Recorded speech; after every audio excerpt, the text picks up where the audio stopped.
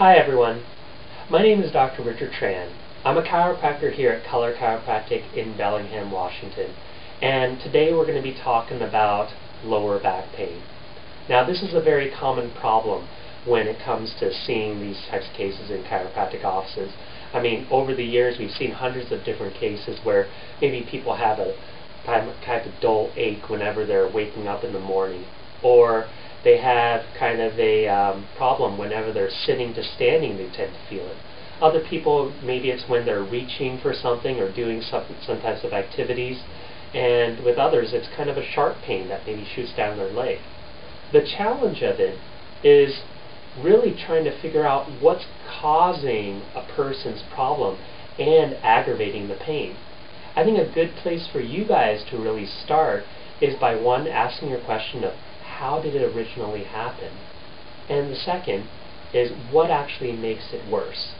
Let me give you a couple of different examples and we'll go into some different things that you can do about it. So if you're in the type of job where you're constantly standing on your feet all day, or the type of work that you're doing is pretty labor intensive, there's a lot of different dynamics that can be involved in that. You're probably familiar with the idea that if you have these types of jobs, that you're really feeling the pain after you're in that position, like standing for a long period of time.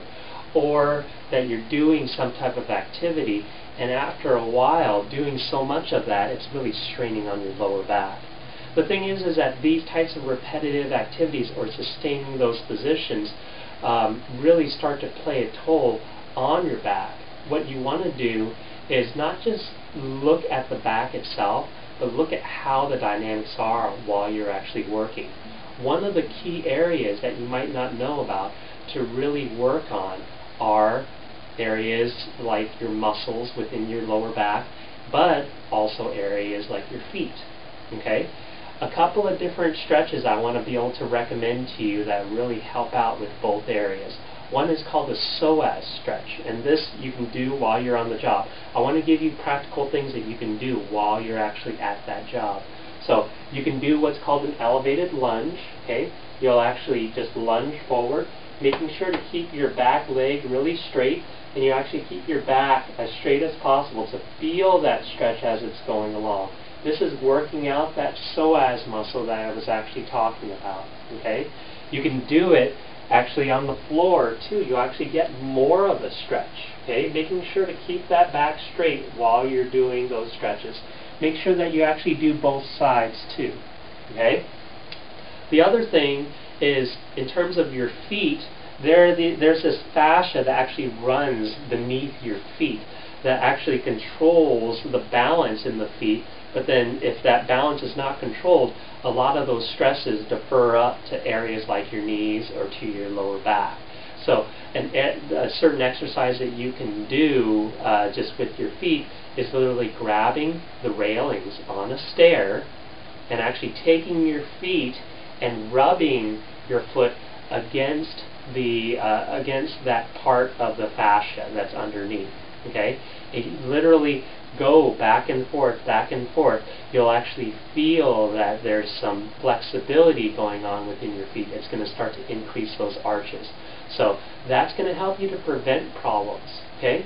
Other things to consider could be your ergonomics, how you're actually doing when you're lifting. Now I know, we want to be able to bend your knees whenever you're lifting something heavy, but that goes with anything. If you're feeling some of that lower back strain, try to bend your knees. You'll take a lot more stress on your legs than on your back.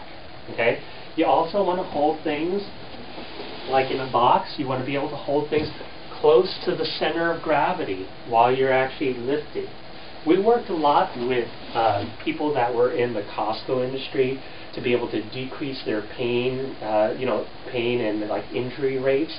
And one of the things that we found was that people that incorporated really good lifting techniques, like the tire shop, often had less less prevalence of injury than the people that were doing merchandising, doing repetitive activities over and over again. So there are certain things that you want to consider. Here's a little trick too, if you want to see if there's something going on with your feet.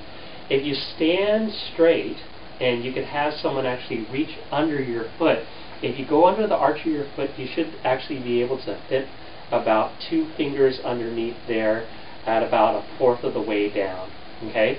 If that's not happening for you, that means that you have a pretty low arch, which makes you more prevalent to lower back issues.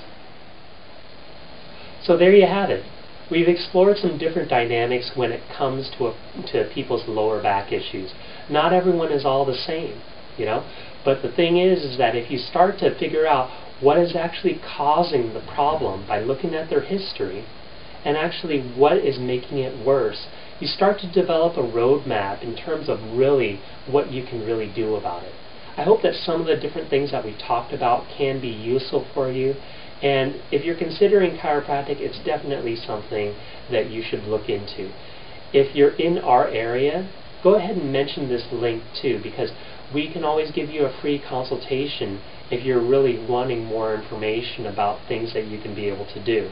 I would also suggest that you can visit our website. There's a certain section called the Holistic Approach, where it'll dive into different aspects, aside from what we've talked about here, that can be contributing to your problem.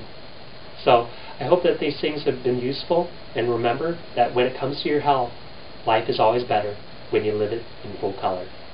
Thanks a lot. Thanks for listening.